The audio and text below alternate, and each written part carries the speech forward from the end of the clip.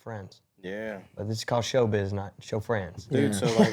And you take care of your band. Yeah. You take care of your friends. I want to pivot because this is a topic that I really want to talk about because you just canceled your show in Oklahoma because you were protecting your band. Absolutely, I was. And I want to talk about this because it's all over social media right now. It is. Y'all be the first people I talk to about. That was the point. Yeah. It's highlighted on here. I want to talk about it because this is like a big thing that you've been passionate about. Yes. You know, this isn't the first time it's happened. Yes. So I want to give you the chance to address it, talk about it. I don't know who's going to watch it. Hopefully the whole world watches this podcast. Whole world watches it. The whole world's going to watch the podcast. But I just want you to talk about it because it's serious. It is serious. And it's important. So break it down for me. All right, I'll break it down for you like this, all right?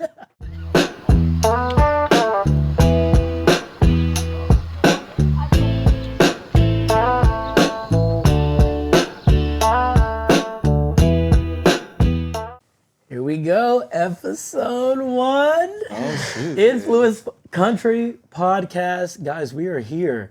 It's your boy Radio Rodney Smith, Pierre Wilson, What's Pierre up? J. Wilson, Here we are. Best Dressed Cowboy, and we got our first guest of the season, the man that's been doing it and killing in country music, Braxton Keith.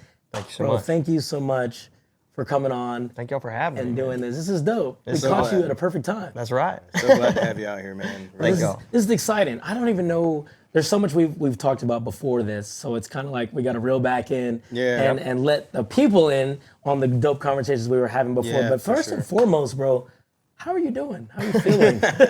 I'm feeling good, man. I came to Nashville this week to cut some new songs, and we got out of the studio. I think I got about 14 of them lined up, so we're ready for a record. So it's like a whole nother album is on the way already. Yes, sir. And you just signed with Warner. Yes, sir. Congratulations on that. Thank you, man. Now, for people that are kind of new to the music scene, explain what a record deal kind of entails. Like what all comes with a record deal. I know you've been in the music game for a long time, but Yeah. like you just signed a record deal in 2024. So like what does that entail now? What does life look like now? Now life looks like trying to find a song on the radio. Yeah. That's mainly what the record labels, like what I'm going to use them for, and what they intend to help me with is trying to get on radio. Yeah. Because that's something that I couldn't do by myself. Do you meet stress finding that, or is that something that you have the drive to do? Because I feel like once you are under a label or something like that, is not only are you saying that's something that you were looking forward to accomplishing, but is that something that is being pushed onto you? Absolutely, yeah. They're pushing it for sure because it's better business for them, makes them more money. Yeah. But also, yeah, I mean, it's a little stressful, but it's fun because it's like, I don't know, man. I watched, George and Tammy the other day, and after seeing that, I'm like, this is all already planned. Yeah. There's the way it's gonna go down, and I'm just gonna kind of live it out. Yeah. You know? Yeah, I feel like, once you do so much, to build your life to the process of getting to that point, God has already put so much, or whoever you believe in, Yeah. He's put so much on your path to lead you exactly to where you're going to go, and, you're not there for no reason. Yeah, exactly. So yeah, it's already planned. So with the title of the podcast, Influence Country, basically what we're doing is, connecting cultural worlds, inspiring individual influence, kind of like stuff that we've been going through in the social media space. And your artistry, you're from San Antonio, Texas, correct? Yes, sir. Well, I'm from Midland, Texas, but I live in San Antonio now for like the last 6 years. So Midland, okay. I consider San Antonio. Texas artist, right? So like the traditional aspect to the modern day. Talk to me about the transition, over the years. I've been watching you for a long time, and your social media presence is phenomenal, but it's changed over the years. The sideways hat was your image back in the day. Oh, you remember. It was different back in the day, and now it's like, you've changed, you know what I'm saying? So Yeah. like, talk to me about that transition, about how you were able to get yourself going and get some momentum in this country music industry. Well, the sideways hat was kind of something that started in high school. Me and my brothers would walk into the house, and my mom hated it. And so she would always make a comment. Well, I posted a video, my first, video kind of doing acoustic stuff, and Yeah. most of the comments on there were, put your hat on straight. And I was like, well, if that's going to get people to comment, then I ain't going to put it on straight, Yeah. And so that was kind of how it started. And then I started doing, little signs in the backgrounds of my videos and stuff. And then I realized, like, I could honestly take this wherever I wanted to, music-wise, and not only music-wise, fashion-wise, and just wherever I wanted to go. And so I started kind of looking into like some of my heroes and what they had previously done. And the big thing for me right now that I really want to bring back, I hope y'all can help me do this, is the no collars. No collars. Yeah, No collar dude. shirts. Smooth. They look so clean. Yeah. There's I anybody love- that can pull that out. You can do it. It is huge, for sure. But that makes me think of like a moment in high school I remember where I was royally embarrassed, and I like got to the point where I realized that I didn't care if people laughed at me, and I knew at that point I wanted to be something bigger than what a cultural norm was in my town, you know? And so that, like, I feel like you were getting at that, but like, what about that moment, you know, the sideways hat thing, when you posted that, made you think, okay, I'm doing something different. I don't care what they fucking think. Yeah. This is me. And I feel like that right there, that moment is big, because That's a that huge influence, inspires too. you Yeah. into Huge influence, creation, yeah. to Absolutely. becoming the person you are today. Absolutely does. And I think that that's a hard thing to come to terms with, is that you really, there's always going to be negativity. It doesn't matter what you do. If you're succeeding, there's negativity. And so it's like kind of getting your head out of the box of listening to what other people think and what other people's opinions are, and saying, I did this because I wanted to, not because Exactly. any of these other people Yeah. wanted me to. Yeah. And also, you know, it's something you have to commit to long before, you know, you start the hard trek up the mountain. You Yeah. know, if you're not committed, then it's going to be a difficult journey. Yeah, it's like, you know, you can't hike up a mountain, you know, you have no idea where you're going. You have to know Exactly. who you are first. Yeah, and you gotta have know to the have a destination. vision, you know? You got to have the vision of where it's going and Exactly. what you're doing and who you're chasing after. And that's been a big, just having goals that are very calculated and obtainable has been a big thing for me. Yeah. Was the Maroon 5 video the first one that you did with the sideways hat? No, that wasn't the first one, but that's the first one that like actually caught any Wind? wind, you That know? one was nuts. That was cool. That one was probably about a year after I'd started like posting little covers and stuff. Yeah. But heck, just until recently, I mean, the followers haven't gone up, you know, so. Yeah. Well, now, what was, sorry, that strategy though? Like what made you, did you want to do covers because everybody was doing covers? At the time, I was doing covers because, well, what happened was I moved to San Angelo and went to college because one of my friends signed me up for college. I didn't really even know what I wanted to do or what I wanted to go for, and both of my parents are dentists. And so I was like, I guess I'll be a dentist. And Yeah. I got about a year into college doing biochemistry and realized that I was never going to be a dentist. Yeah. And my roommate convinced me to start playing guitar at like little bars around the Yeah. college and stuff, because he was like, hey man, like, why not just go try it? You never know. And then he heard me singing some songs that I'd written, and he was like, why don't you go record one of those or something, just so you could see if your kids, you know, show your kids one day and be like, I was proud of this. I did this in college. And so I did. I went and recorded a song at the same place that Flatland Cavalry recorded their first record in Lubbock, Texas at Amusement Park Studios. And I did 2 songs there, and I fell in love with the process so much that I was like, I know I have to do this, Yeah. but there's no way my parents are going to let me. Yeah. You know what I'm saying? So it was kind of out of necessity for me to post those videos. Like, I have to prove to someone that I can do this. Yeah. And, you know, lately the parents have come around, but Yeah. They usually do. So that moment, insane. right? Like when you do something like that, so independently big, like for the self, you know, it's huge to go accomplish something that you truly desire. And it sounds like you found that. But like, I hate to use the word validation, but confirmation. Yeah. When you get that from people responding, you know, positively to the product that you know, produce for them to listen to, like, is that a moment for you to, you know, keep going, or are you already locked in? I mean, I'm locked in for sure. But like Joe Rogan says, man, don't read the comments. Yeah.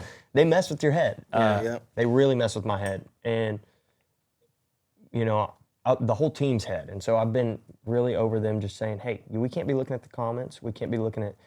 Now there's also the other side of that to where it's like there's a bunch of positive comments. Yeah. as well. I finally got to that point where I stopped looking at it. But again, like you were just saying, it sucks for your audience who's positive, who are trying to, give you confirmation or positive information to keep going, or it's just confirmation that this is a good thing that I just did. Yeah. Yeah.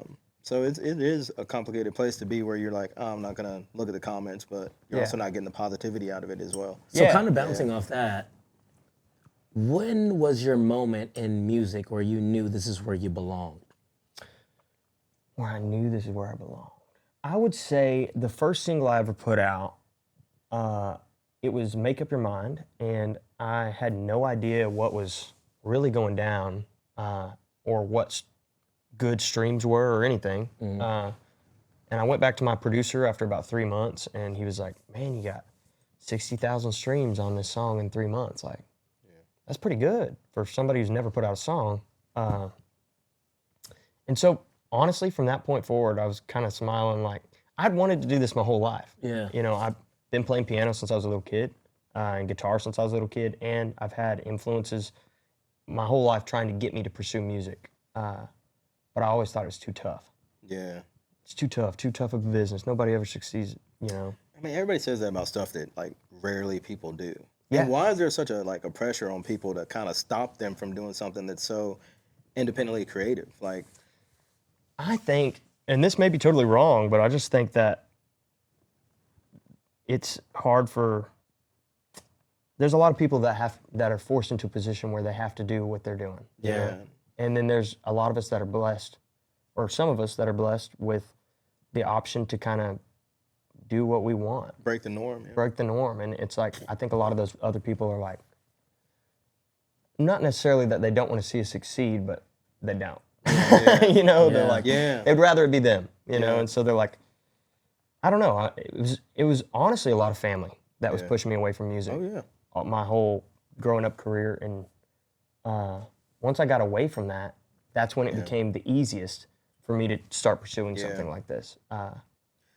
So sometimes you just need a little push from a different direction. I feel like family and friends, there's definitely something kind of scary, even if it's like subconscious and you're like, well, I wonder what they're going to think, or they're not going to like this if I do this and run off independently and go try and create something different, or just live a totally different lifestyle. Dude, that moment in high school that embarrassed me so much, I was wrestling with my buddy. He did a little trick on me, locked me up so tight, bro, I farted on myself. Like, fuck it. Dude, like every girl I ever liked was standing around. Like, dude, I'm like sitting here in a fucking pretzel. Yeah. And just fart. Like the loudest fart. Oh my God. And like, but you know what? Like, kind of changed my whole concept and why this moment stuck with me. Because nobody laughed, bro. Like the most embarrassing moment of my life, but they were too scared to laugh. Mm-hmm. Like, and that tells you, I mean, right there that like, even if you go do the most embarrassing thing you ever did, like people don't have the confidence to tell you to your face. Yeah. Did they not laugh because like you were cool, or like were you a No, popular dude, kid? Or I what? was dying inside. This is the most embarrassing moment of my life. So why did they laugh though? Is what I need to. They didn't laugh. Why? No, why? They were afraid to, bro. So you Like, were the because cool you don't kid. want to laugh in somebody's face. Like they're gonna talk shit behind your back. Yeah. They're not gonna do it to your face. They do it, went away from you. Yeah, for sure. I felt that. I had a similar experience, man. I freaking. You farted? I was at the weight room, bro, and I put on too much on the leg press and just. You know what I'm saying?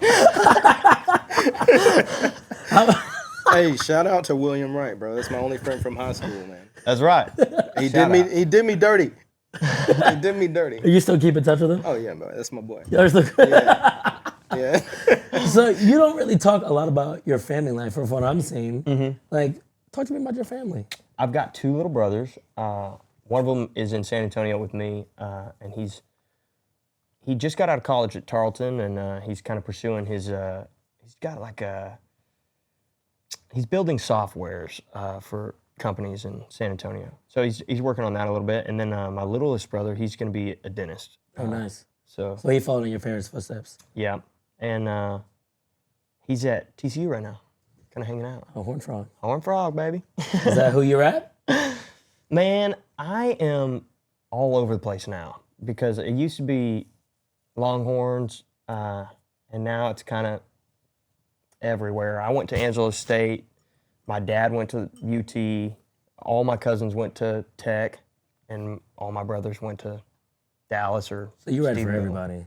Texas teams, you know. Yeah. It's kind of cheating though during football season, and you know football season approaching. You can't support every college football team, so you're gonna have to dial in Hey, eventually. hook 'em, baby. You know what I'm saying?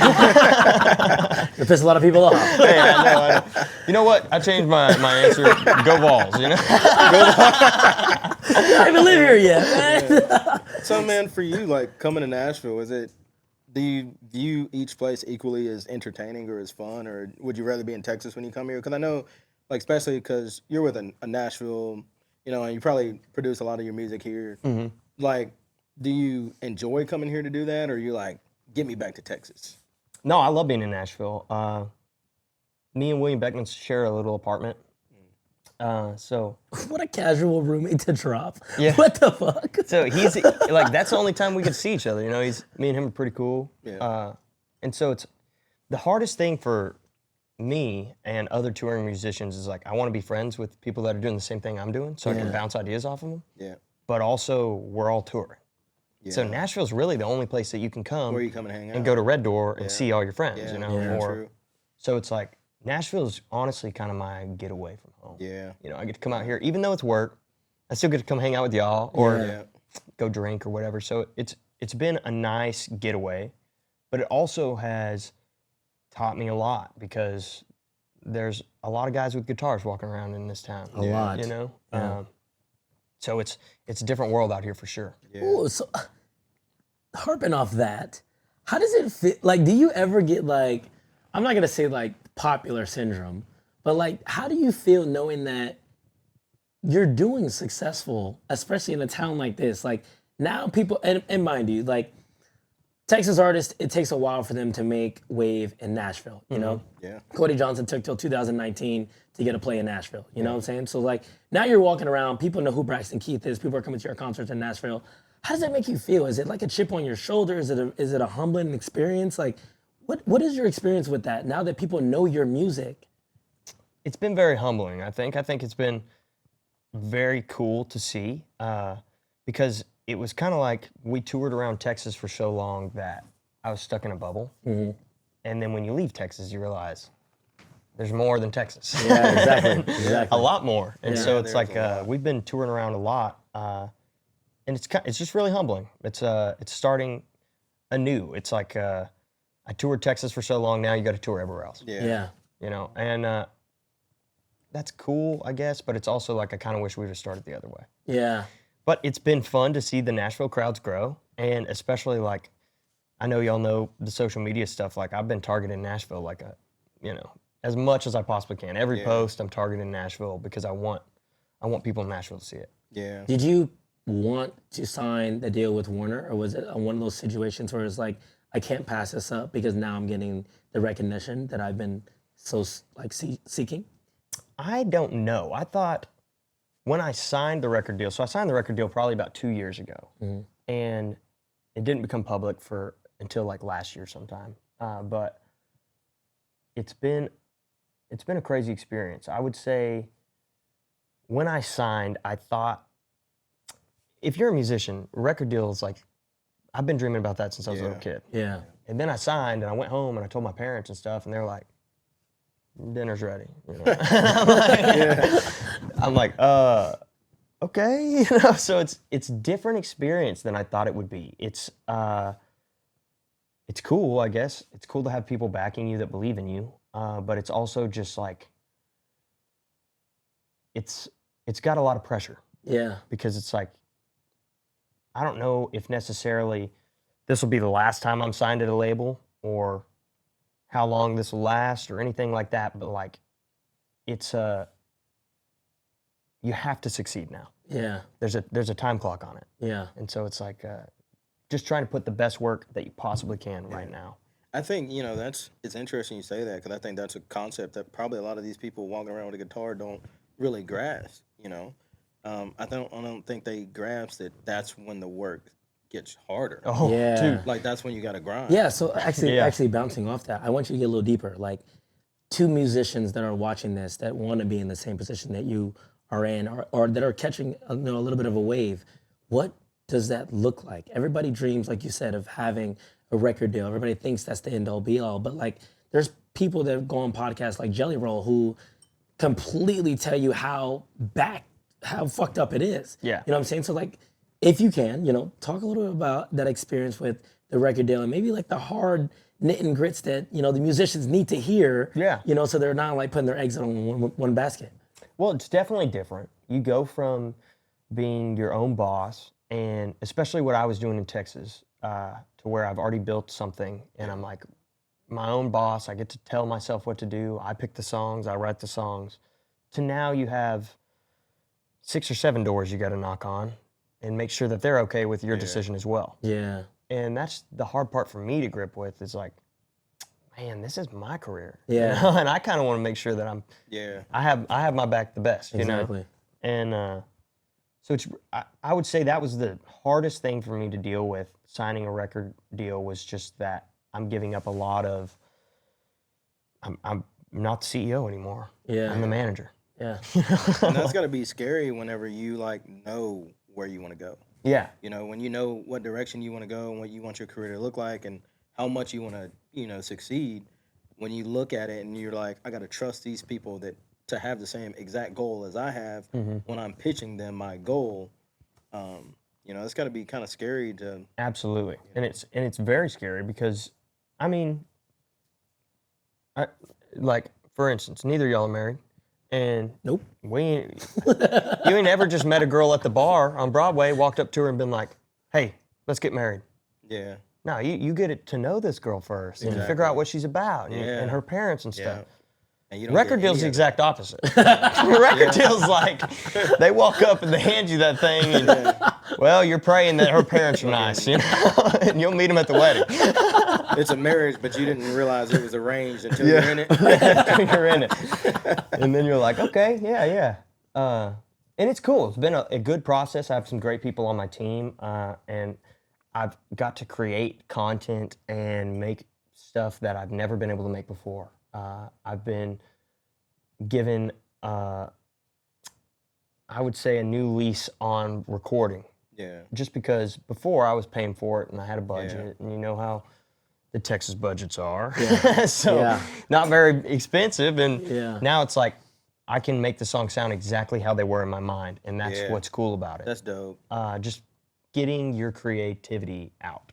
Do you think that creativity comes on like the production side? Because I know like you have the creative, mindset to vocally, portray yourself how you want to be portrayed and sing the song that you want to sing. But I feel like when you're like listening to music and you have an idea of what you want it to sound like, the production side of that, I feel like the budget there really helps you say, okay, I want this in here to sound like this. Oh yeah, 100%. Depends on what players you have, who's mixing, who the producer is, and all of those things. You have to have a great team.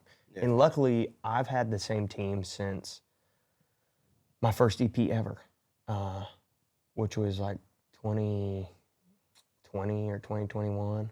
And so I've had that team since then. And we've been kind of just building slowly whatever we needed. So my producer's been the same for the last 3 years. And the band's pretty much been the same that's playing on the records.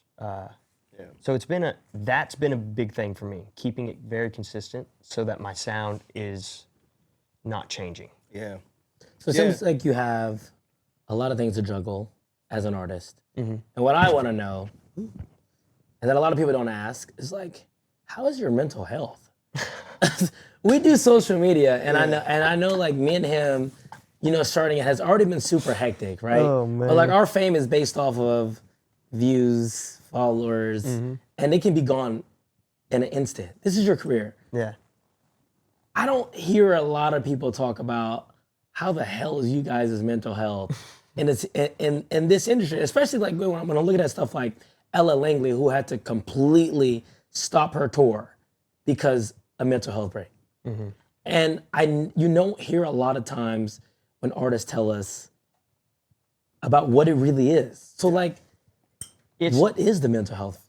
Man, it's a lot like, and that's what I was talking to y'all about earlier, is like the reading the comments and stuff. Like, you gotta stay away from it. Yeah. And it's just because, man, I get so ate up over it, and there's so many times that I've thought about like, man, should I take a break or, whatever. My tour schedule is a little different than most artists because I don't stop. I tour complete year round. Like I think we took off 4 weeks this year of touring. And other than that, we've just been touring because it's like, I'm only going to be this age one time. Yeah. And there's been multiple times that I've thought, like, we should quit. We should just stop and go home and take a break. And I know it eats up people. And it's just, honestly, the biggest thing for me is, like, not having consistency. It's like being in a different city every day, different hotel, don't get to see my parents.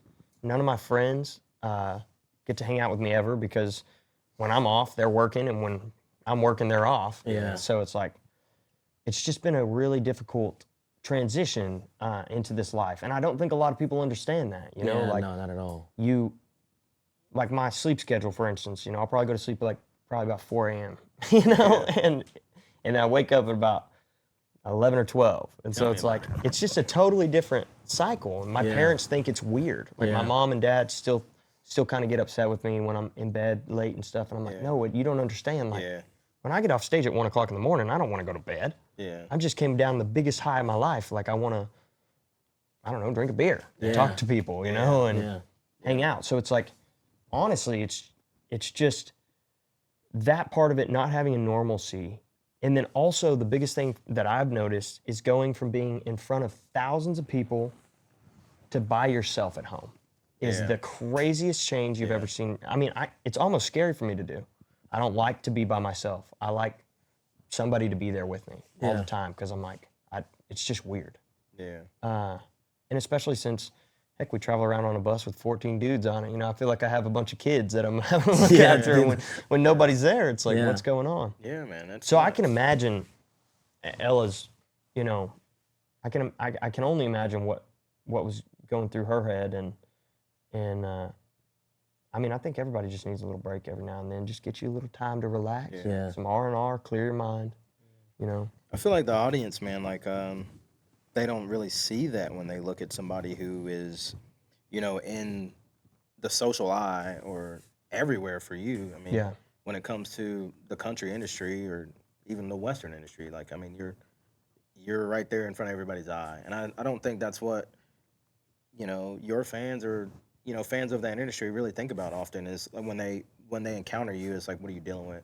That's like one thing about me is I never look at anybody as different, you know, as other than a person. And so I'm like, this person that I'm about to run into and talk to could be going through anything. That's exactly right. And that's the craziest thing is a lot of people, and it happens to me a lot too, but everyone plays the main character in their own movie. And sometimes you forget that everybody's doing the same thing. And you're like, man, we're all just trying to live. Exactly. You know, and everybody goes through stuff. And so, I mean, it's easy to see the things that, especially all of us, put on social media and imagine that we're all doing good. Because I'm not going to put things on social media that make it seem like I'm not. Exactly. You know, so it's hard for the audience to see, but I don't blame them. You know, my job is to make an impact on them that lasts. Hopefully, they can remember that forever. I mean, that's the crazy thing is because you have to. I mean, your job is to spread positivity through music, bro. Like even if you're on your worst day, you go out there on stage and you make people happy. Oh yeah. You know. And that's another tough thing. I mean, when I am having a bad day, you have to think about that and think, none of these people did anything to me. And they deserve like the best. What they came here for. They deserve what they came here for. And so that's been cool too. I mean, I just got this new tour manager recently, and I really like him. His name's Nard, and then I got an assistant tour manager that's named Mojo, and they both have been keeping me in check really well. And you know, I'll say something like, I have to go do this. And he'll turn me around, he'll say, no, you get to go do that. You get to. Because there's other people that wish they could do that. 100%. And they're not going to be able to. It's dope to have people like that around, but that makes me think about, like, you know, some other, you know, buddies I have who are in the industry as well. Like, how do you keep your day ones? Like, the people who remind you of exactly those moments we talked about earlier, like, reminded you of who you were back then, Braxton, when you were just thinking about being the version who you are today. Which I think you do a really good job of. I think, like, even as much as you've blown up, like our friendship has never changed. Yeah. No matter what, Yeah. I've seen the way you interact with a lot of other people. Like it's never changed, and that's super rare to come across when it comes to celebrity status and stuff like that. So, I just want to point that out. Well, thank you. Cool guy. I think that I think you keep it by having people that keep you in check. Yeah. But keeping those people is the hard part. Yeah. And like I was saying, my day one, the guy that got me into music, his name's Aaron. He lives in San Angelo, Texas, and he's married now. He has a full-time job, and so about every once in a while I'll go down there and see him, or he'll come up here and see me. Just because, I want somebody who's going to be like, "How's your life going? Yeah. How's it really going? Cut through the bullshit." Exactly. And Cutting through the bullshit is key. Yeah. because there's everybody asks you, "How's your day going?" Yeah. And my answer every time's good. Yeah. And Exactly. Super simple answer. It's like, Yeah. it Exactly. doesn't get any deeper than that. Yeah. And it's difficult. It's difficult to open up with people about that, especially, I would say the band is the real reason that I've been doing this for so long and that I can keep my mental health kind of under control on the road, is that I've got a great group of guys. yeah. Yeah. And you've got to surround yourself with people who are like-minded Yeah. and who are wanting the same goal as you. And it's taken a long time for us to get there. Yeah. We've had to go through a lot of people, which sucks. I had to fire a bunch of friends. Yeah. But this is called showbiz, not show friends. Dude, Yeah. so like, And you take care of your band. Yeah. You take care of your friends. I want to pivot because this is a topic that I really want to talk about, because you just canceled your show in Oklahoma because you were protecting your band. Absolutely, I was. And I want to talk about this because it's all over social media right now. It is. Y'all be the first people I talk to about it. That was the point. Yeah. It's highlighted on here. I want to talk about it because this is like a big thing that you've been passionate about. Yes. This isn't the first time it's happened. Yes. So I want to give you the chance to address it, talk about it. I don't know who's going to watch it. Hopefully the whole world watches this Whole podcast. world watches it. The whole world's going to watch the podcast. But I just want you to talk about it because it's serious. It is serious. And it's important. So break it down for me. All right, I'll break it down for you like this, all right? You ever been to a basketball game? Yeah. You ever been to a football game? Yeah. You ever been to an opera? The movies. About a play. I've been to a play. You ever been to a dance? Yeah. You ever been to anywhere ever, publicly, where it was allowed for you to throw things at people? Never. Never. No, that's assault. Yeah. Okay? Now, I'm not against people throwing beer in the crowd, right? Yeah. Gavin and Treaty Oak, they have great shows, and they have beer throwing the whole time. Now, it's not the beer throwing that pisses me off. Yeah. Because what you don't understand about Gavin and Treaty Oak shows is that they're at a big enough level now where they've made their shows pour shows only, which means that they are no longer allowing anyone to have anything but a liquid in a cup, and it's no top. Now, I'm not at that status yet. I'm not at big enough venues yet. So my shows are all beer cans.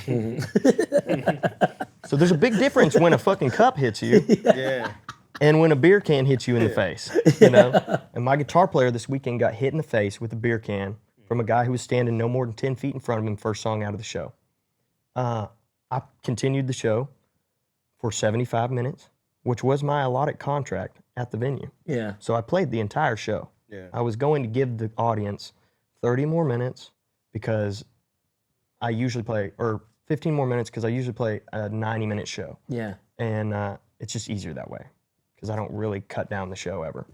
And so it was going to go Cozy, Blue, Cold Hard, Let Me Love You More, and then Devil in Disguise. That was the songs that I missed. So as soon as I started Cozy, well, before that, there's a lot of beer throwing in the crowd and stuff, and it's hitting these girls. It's not getting to the stage, because if it gets to the stage, I get pissed. Yeah.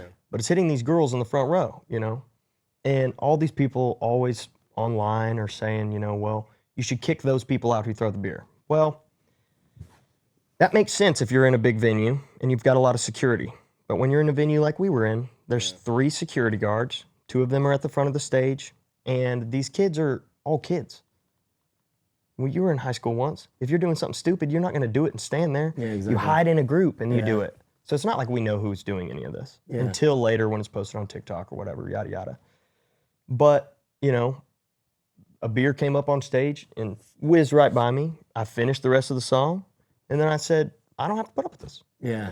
Like, the crazy thing to me is that this blows my mind that nobody in the crowd has ever been like, it was this guy right here. Somebody come get this guy. Yeah, it's nuts. Because I'm like, you know, so now we are going to go to pour shows only. I'm going to only pour into cups, and we won't have any more problems. Yeah, thanks. Because it's like, heck, we're playing with Gavin this weekend, dude. I got 10 shows with Gavin. Oh, shit. Beer doesn't bother me none. Yeah. You throw beer on me all day. Listen, but if you are hurting somebody or trying to hurt somebody, that's a different thing. Yeah. That's a totally different thing to me. Yeah. Do you think that came with kind of your response? From the first one? Yeah, from the 100%. first one. Yeah. Now let me tell you about the first one, because nobody ever got to hear this either. The first one that we ever did, this was about a year ago, or I don't know how long ago it was, but it was an opener, Vincent Mason, and then me. Now, we had never, I mean, I've been playing for 7.5 years now, dude. Like forever. I've been playing for a long time. Yeah. So that's what's funny to me is like a lot of these guys are bigger than me, and you know, they think that I'm not handling my crowds correctly or whatever. I'm like, dude, I've been playing for 7 years. It's not like this is a new thing. 7 years, this is the first time that's ever happened. Exactly. Yeah, exactly. Yeah. And that show was the first song out of the show. So I like literally just started, got on stage, first song out, about 15 beers thrown on stage. Now, that was a BYOB concert, and it has never happened like that since. Oh, shit. But I was just like, that's crazy. I have a pedal steel player who's sitting down and a drummer who's sitting down. They can't move. And like even Jack was playing his solo at the last show and got hit in the face. It's like that stuff can be avoided, you know? Yeah. That makes me think about something. Obviously, I want to go back to that, but like, I feel like with Gavin in the industry, obviously you guys are probably cool now. Talked about this. Yeah, I playing love a show Gavin. together. He's cool. But it just seems like, dude, I don't know if it's for social media or not, or just these moments are captured from him heavily, because it could be just that too. Mm-hmm. But in my time of listening to country music, since I've been listening to country music, I haven't seen such conflict towards other artists come from an individual. I'm not saying it's bad. Obviously, it's good for Yeah. his Publicity, brand. yeah, It is and the great for brand. business, and it's a brilliant strategy. I just think when multiple people are starting to bring it up now, it's something to like take into notice. You know, like he was beefing with Zach Bryan. Cool. You know, there's animosity there. Then it was the York situation. But Charlie Crockett now coming into the mix, I'm like, listen, Charlie don't do anything. He minds his business. Yeah. So Yeah. if Charlie's in the mix, something's gotta be up. Yeah. Something's gotta be a problem You now. know, but that's the interesting thing, because like you said, I mean, even the beer on stage thing, I mean, from the time that you were playing and the beef, like, dude, I know a lot of people give him, you know, guff for his vocal talents or whatever, but he writes good songs, Yeah. and clearly he's making changes in the industry that Yeah, 100%. some fans enjoy who aren't thinking deeper into it. Which this is the right time to do it. I mean, country music is definitely in a crazy spot right now. So I mean, 100%. something like that would make sense to an audience. Yeah. You know? What I'll tell you, the only thing I can tell you about Gavin is what I know about Gavin. Yeah. And Gavin's probably one of the coolest dudes I've ever met. Yeah. Cool guy. He's a cool guy. He enjoys drinking a good beer and likes smoking a little bit of weed. And I like doing that too. Probably a lot of So, weed. you know, like, I don't mind We it. actually got blunts for you. I No, I'm just kidding. But I was like, you know, I mean, like, Since you said it. once you meet somebody like that and you get a real handshake and you get to talk to a person, it's like, man, Gavin's cool. Yeah. Now, is he trying to be the biggest artist he could possibly be? Yeah, hell, who the hell isn't? Yeah, exactly. You know, and he figured out a way. Good for him. Yeah. You know, I applaud him for it. And guess what? They're gonna make a movie about this shit one day. 100%. And it's for gonna be sure. cool. Yeah. You know, I and it's agree. like, You gonna watch it? I'm gonna watch it. I'd Shit, yeah. watch it. I hope I get cast. I'd watch it. You'll definitely be in it because you started it. You originated in it. I'm gonna be telling my kids, yeah, I was there. I was there. Okay, real quickly, I want to play a game, Fuck, Marry, Kill. Okay. Because you make a lot of good country music. So I had to know. All right. Cozy, little bit closer. Baby, you do. Fuck, marry, kill. Ooh. Okay. So I'm fucking Cozy. Smart choice. Fire song. You guys agree? Fire song. I love that song, bro. Oh. All right, I'm going off of what I know right now. Okay, so I'm killing Baby You Do, and I'm marrying a little bit closer. Oh, dude, let me tell you about my weekend. So it's funny because like my introduction to that song was dancing to it at Nashville Palace. You know, it's like I remember I was like doing a dance or whatever. You hit me up about it, like way in the beginning, about that clip or whatever. But anyway, so my introduction to the song, dancing at the Palace, I'm like, this is fire. I haven't been to the Palace in probably like a year and a half, 2 years. Mm-hmm. I went this weekend, and I was dancing with this girl, and that song comes on. Yeah. Naturally, I'm singing every fucking word, spinning her around. I go to turn her around, and I'm like, this bitch is singing the words too. Yeah, baby. I was like, I love this song. That's good. That's cool. I mean, I'm glad to see people are Cozy's definitely the biggest that's gone so far. Yeah. I love Baby You Do. It's a great song. Yeah.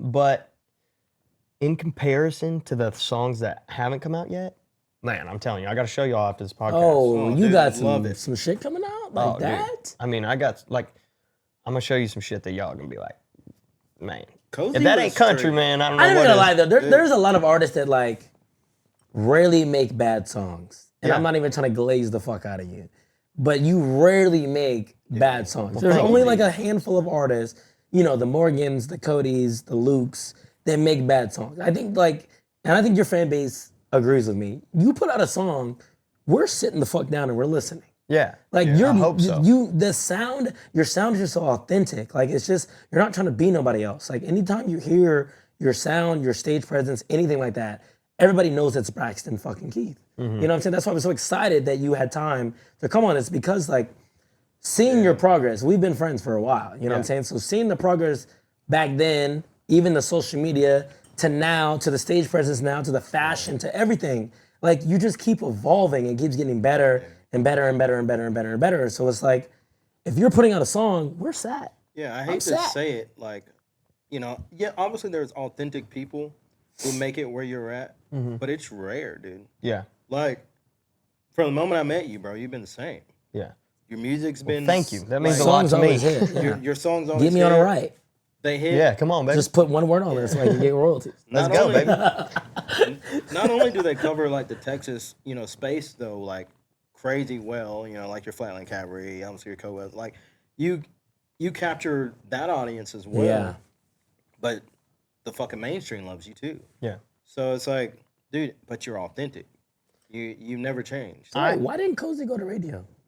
Well, that's a good story. I'll tell you later. but I was like, well, now that I think about it, why aren't you on the radio yet? the thing about the songs is like, yeah, I take pride in my songs, and also I've listened. I mean, I'm a music lover at heart. Been a music lover my whole life, so I've listened to a lot of records, and there's a lot of records you hear with just a couple good songs, and then the rest are just there to make the record, you know. And I'm like, man, I only get one shot at this thing. Yeah. One time. Like, so if I've got to take a little bit more time to make sure these songs are perfect and the best ones, then that's what it's going to be. And that's why it's taken me so long I'm not putting out 48 songs a year, you know? In fact, we've been doing like 4 or 5 every year, you know, until this year, hopefully at the beginning of 2026, we're going to put out a record, and, you know, that'll be the first full-length record we've ever done. So I'm excited for it, but at the same time, it's a fine line you have to walk because people always want more. And so it's hard for me to give them more and try to get the best. Yeah. You know? Yeah, 100%. Well, you don't suck, so Well, thank you. we want more music. Well, I realized yeah. too, like even like with my social media like career into me going with it, I was never a daily content creator, like maybe twice a week at the most. And I was able, like in the beginning, to create, you know, viral videos consistently every time. I wasn't just throwing stuff out there. And I think that's like, it's kind of a secret, you know? Kind of a secret to just kind of wait till you got a good idea. Yeah. You know, and it's sounds as simple as that, but Yeah. everybody else is just like, oh, I'm doing this thing. I gotta fucking produce content, produce music, but you're not really taking the Yeah, time and to- like, I mean, there's a lot of, you get paid when you put out yeah, a full-length record. That's what the record deal kind of does. It's like once you deliver so many songs, the label pays you. And so I can see where people would be like, I just want to put these songs out. yeah, I just want to get paid. Like, yeah, I need money, which makes sense. But also, I'm blessed to be at a point where we can tour in Texas and make our money, Yeah. and then kind of step out and do the other stuff because we have that to fall back on, which is what I'm thankful for. Like, you know, it's hard to go up to New York and only sell 400 tickets. You know, you don't get paid very much doing that. And so you got to fall back on some stuff. And that's what's really saved me from having to just go out and find money has been really building something of my own and focusing on until I have a good idea. yeah. Because if you don't have a good idea, what are you doing? You know, like, So with this new album, do we get to hear about your rodeo background at all? Why didn't you no, touch on that? man. So, because here's my rodeo background is that I've never won a rodeo. Heck, I've only ridden in one rodeo. And I'll tell you what happened, man. When I was in high school, all of my friends that were the toughest guys out there were bareback riders. All right. So I was like, man, I want to be a bareback rider. All right. So I went out to Odessa College and I used to get on these bucking horses and stuff. And hell, I'd just get stomped, you know, into the dirt. Yeah. And one day I went out to a practice grounds and it was actually in San Antonio. And I was like, man, I'm going to get on some horses, just work my stuff again. And this 6-year-old little kid got on and covered all the horses that I got on. 6? Yeah, 6-year-old little kid covered all the horses that I got on, and I didn't cover them. Yeah. And so I was like, well, maybe this isn't for me. And I went and talked to that little kid. I was like, what about how long have you been doing this? And he was like, my great granddaddy raised bucking horses, you know, and my daddy, and Dude, that's the fucking worst. yeah. You know what's worse than 6-year-old? that? No, I'm walking out. What's worse than that, Walking dude, out. is when you do cover and you look at the video and that motherfucker walked the whole time. Yeah, you're like, he wasn't even bucking. I don't even think a lot of people know you even have a rodeo background. Or Man, like, I or at wanted least- to rodeo my whole life. So my mom was a barrel racer and rodeo queen in Seminole, Texas, and my dad was a motocross rider and raced enduro bikes and stuff like that. And neither one of them ever wanted to let me do what they had done. Yeah, that makes and they sense. didn't let either of my brothers either. My mom said horses were too expensive, couldn't keep horses, and my dad said that you'd break too many bones either getting on a bull or getting on a motorcycle. True. So we never really got to do any of that. The only reason we ever got into rough stock at all is because we kind of did it behind my parents' back, and we also, you know, you don't have to keep a horse. Yeah. But both my brothers have been on bulls and all sorts of things that I used to sign for back in the day when my parents weren't looking. But Yeah. nowadays, it's like, man, it's scary stuff. You could really hurt yourself Dude, bad. that's what I tell everybody, you know, like for some reason, you know, I'm into Western fashion, obviously. He But, gets it so much. but everybody's like, why don't you get on the bull? You don't post bull riding content. I'm like, first of all, it's because I'm talking about fashion. Third of all, it's because that'd be real stupid to do at my age. Yeah. Like, why do I want to go out there and get hurt? Like, yeah, I got horses and we ride and I love it, but I'm not here trying to kill myself no more. No. When I was young, I mean, it got me a buckle bunny or two, but that was about it. Like, I don't get no damn money. Yeah.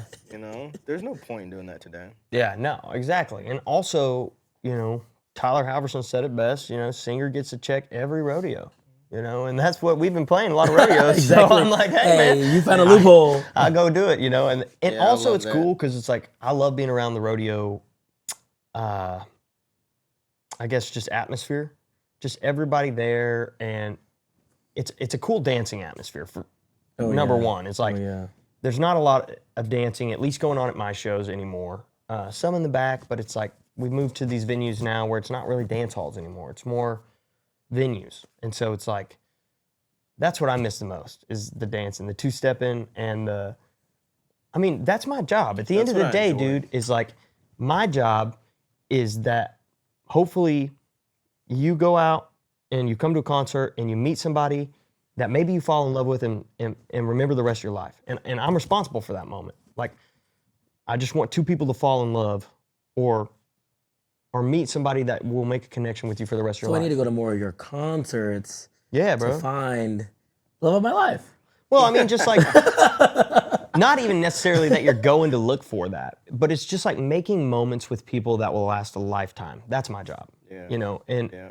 so when I'm on stage, like, that's what I'm hoping is like, that this crowd can feel this energy that I'm trying to put on them, and that everybody's kind of, you know, I mean, I remember being in the crowd and seeing those concerts and standing next to people I'd never met and talking to them. Exactly. And you figure out, you know, you just meet friends You and want you to have a good interact time. with the people in the crowd. Like, you want to create an atmosphere where the people in the crowd are actually like enjoying it together. Exactly. Yeah. And that's how it always puts me back in that sweet spot when we play Rodeo. I'm like, man, it's just a cool atmosphere to be in. Yeah, it is. It's a yes sir, yes ma'am, no ma'am, no sir type of atmosphere, and I like it. Yeah. Well, actually, bouncing off that, then I do want to talk about how you met your gal. You know, Yeah. because I'm sure there's a crap ton of people that are throwing themselves at you. The mustache is nice. The music thank is you. great. Thank you. The style is there now. Well, That thank was you, thank incredible. You know what I'm saying? The style is impeccable. Thank you. So, like, how were you able to maneuver finding somebody that was for you, for your system, for your career, that you enjoy being around? Because, you know, a lot of times we see artists and they're with somebody and we don't know if it's a facade or not. Mm-hmm. You seem like you're genuinely happy about this relationship. Absolutely, yeah. How did it come about? Well, honestly, we met through some mutual friends in Nashville because one of my friends had seen me on TikTok liking some girls' stuff that I shouldn't have been. Oh, shit. And she was just like, you know, what are you doing? And so she was like, if you're looking for somebody, like, I've got some friends, like, let me introduce you to some people. And I met Olivia, and I fell in love with her, you know, and we've been dating for almost a year now. Nice. A little less than a year. But it's honestly, it's not how did I find somebody that I could, you know, hang out with the most. It's how did I find somebody who could put up with me? Yeah. You know, this lifestyle is such a crazy thing that I mean, you're always gone. So it's like you've got to find somebody who you can trust and who trusts you. Yeah, And- and I feel like they have to, for one, like you said, accept you for you and what you do, and not prioritize it, but allow you to, you know, prosper in it. And like, what is the difference? Like, what do you think it is that she understands that? Because in this time frame, right? You said That's a good. year. In this time frame, you've could have encountered so many people who Yeah. are tolerable. Yeah. What is the difference that, you know, a The- person like that possesses? The difference in her and most of these other girls is that Olivia wouldn't care if I was a plumber tomorrow. Yeah. She wouldn't care if I gave up singing or if I never sang. Yeah. She likes me because I'm me, Yeah. and that's the cool Dude, part about it. And I that's love her awesome. because she's her, you That's know. And it's awesome. like a lot of these other girls, man. I was not famous at one time too. Remember, Yeah. you know. So it was like Yeah. in high school, you know, I was not the charmer, nor was I the popular kid. So it was like. And that person's still a part of you. Exactly. Yeah. And so Yeah. that's why it opens my eyes, Yeah, because it's like these people see what they want to see. exactly.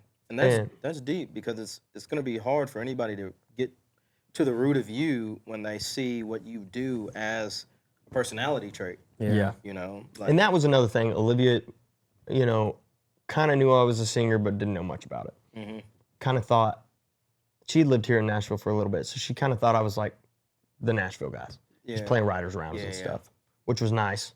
And then I got to take her to Texas for the first time, and that was fun. Definitely cultural shock, huh? Yeah, it was fun, man. San Antonio's a good place, Yeah, you know? no, it's amazing. Riverwalk? Did you take Oh her? yeah, took her to Riverwalk the day? Riverwalk. Had to take her to the Riverwalk. You know, put a lock on the Lock of Love over there by the Riverwalk. It's good, man. I mean, we had a good time. Have you been to England yet? I have not been to England yet. Is that in the works? That is in the works. I'm doing England. Oh fuck, No, you good, man. no, I'm not. We just spilled that on the carpet, bro. Cameras didn't pick it up. We paused. We paused. But no, I've got a European tour coming next year. Oh shit. So we're going to Australia first with C2C. And, Okay. And I Nice. think we're doing 2 Riley Green shows over there. Nice. So that'll be my first time overseas ever. Oh shit. And so honestly, I think the farthest I've been is Jamaica. Okay. Oh, shoot. Okay. That's a different one. Let's though. How do you? Not in music. Not in music. Oh, okay. Oh, okay. But I was just like, please tell me how you perform for them. I was gonna say like I didn't know that was a thing. No, not in I can only music. imagine. Just in That makes me vacation. think- That makes me think about the OT situation though. Like me and him are good buddies, I would say, and I see like he gets excited to go to your shows. Like Yeah. he loves your music. What's that like? Having somebody who's so captivated in the rap industry. I mean, a lyrical genius and a flow master, I would say. Flow master, baby. Yeah. He is the realest person I've ever met in my entire life. Yeah. He's so behind his whole team and anyone who is working their ass off. And that's what's cool to me. Yeah. He's the most generous person I've ever met, and just real. That's what's Yeah, I the love coolest him. thing about him is he's like, man, the only reason me and him started hanging out was because he liked my music.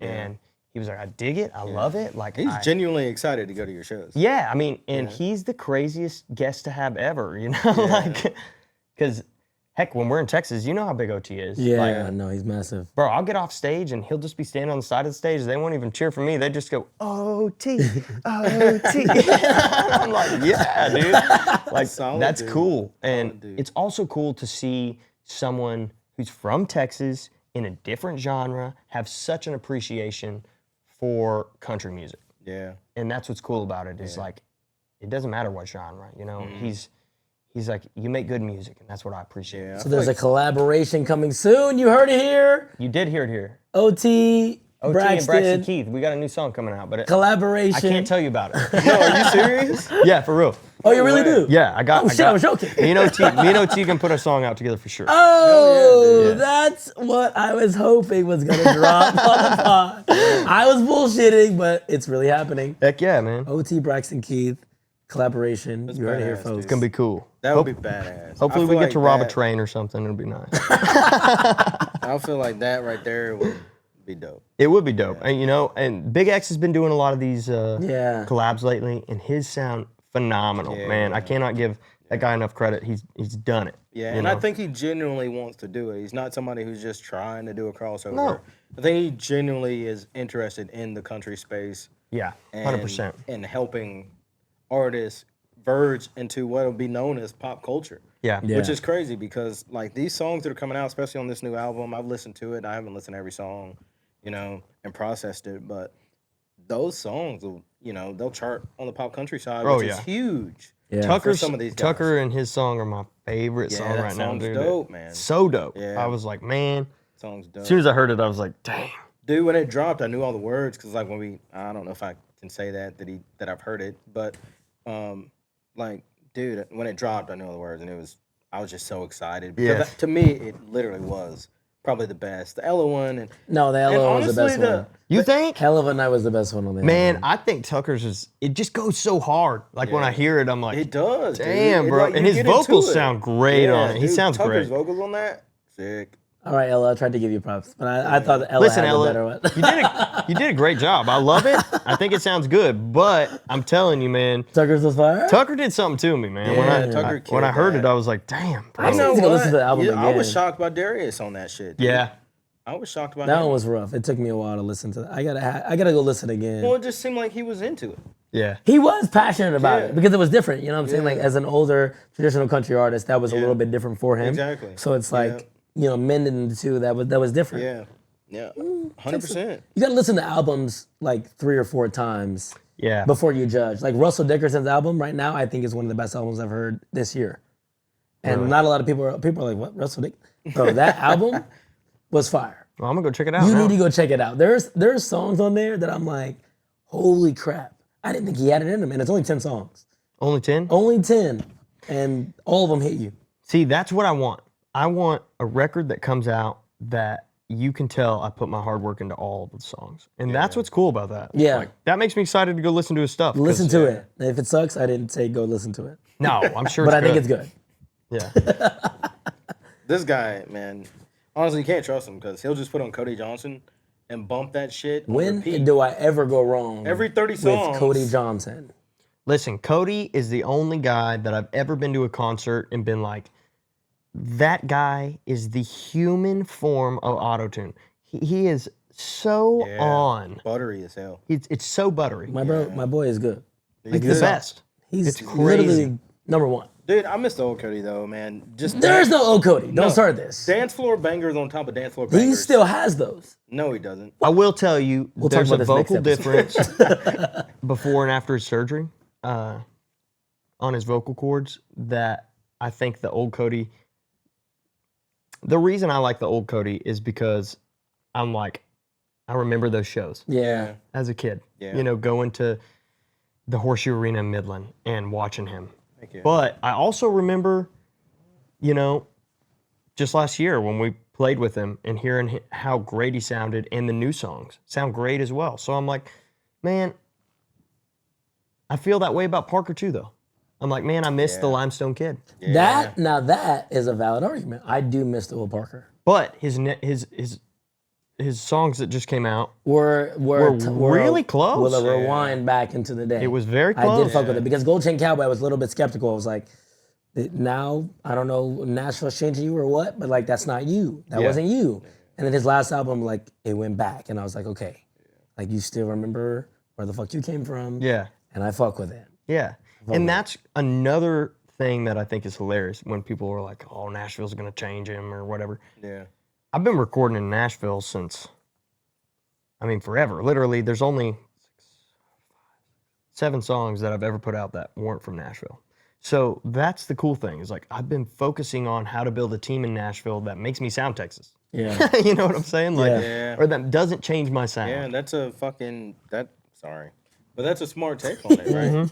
That's like something that another simple thing that I think people don't really think about. It's like when they get into the Nashville side of music, they're like, okay, all these, things are going to be allotted to me that are going to help me do better stuff, but they're not thinking, how do I keep it me? Yeah. Who do I bring? Who do I find? Yeah. Who's going to allow me to do what I do here in Nashville? Maybe I'm wrong. No, I'm no expert in 100%. music, That's how. Write a song, bro. When I was in college listening to music, this is how I picked my producer. I was in my truck one day about a year before I ever started music, and I was listening to my favorite songs.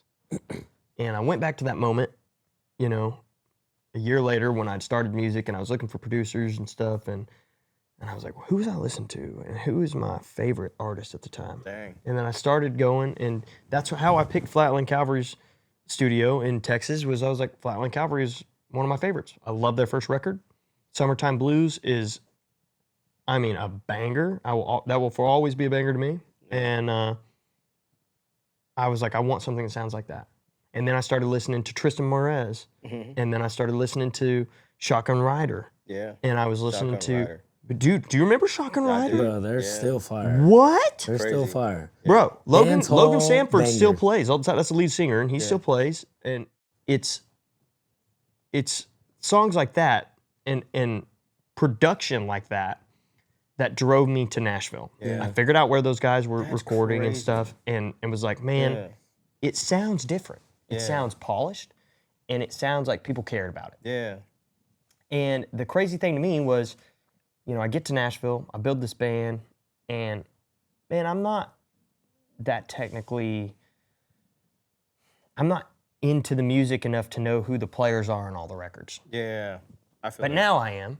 And now that I know all my players, I'm like, damn, these guys play on everybody's stuff. Yeah. And they've been playing with me forever. Well, see, that's huge that, you did that research coming into it because it's like a lot of people think, that you're selling out coming to Nashville, but it's like your favorite songs, Yeah. your from favorite, Nashville. your favorite bands. Yep. You're already here. Yeah. This guy. Well, before we cut out, bro, I got one more question for you. What is left on your to-do list that you want to accomplish?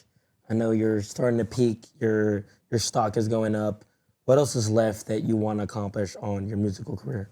In my musical career, I want to do. I want to broaden my country radius.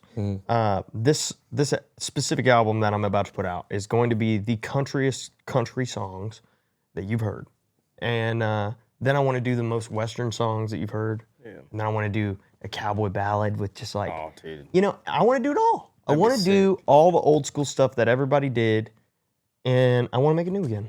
Yeah. And in my not musical career, I want to do some acting. Like I really Your skits are all right. That makes sense. You know what I mean? That does make sense. You kill that. Those skits are fucking fire. Sick. I want to. The problem with acting is that it's going to take about 6 months out of touring from the year, so it's like you got to really time that. Yeah. But that would be probably the most fulfilling thing. It's just to see me in a movie. Like, I think it would be even cooler to be in a movie and write some songs for the movie. You know what I mean? That'd be badass. But You could very well make that happen. yeah, When the world sees this podcast. heck yeah. When the world You heard it sees here. this podcast, you heard it here with bro. Thank you so much for coming Y'all onto the boys, dude. podcast. Thank y'all so awesome, much man. for having This me. was fun. This was fun, guys. Thank you so much for tuning into the first episode of Influence Country Podcast. Braxton Keith, one more round of applause for you coming on. We appreciate it so much. Thank you so much. Guys, we'll be back This is in awesome. a week. Yeah. Welcome, Influence Country Podcast. We'll see you in 2 weeks. What up?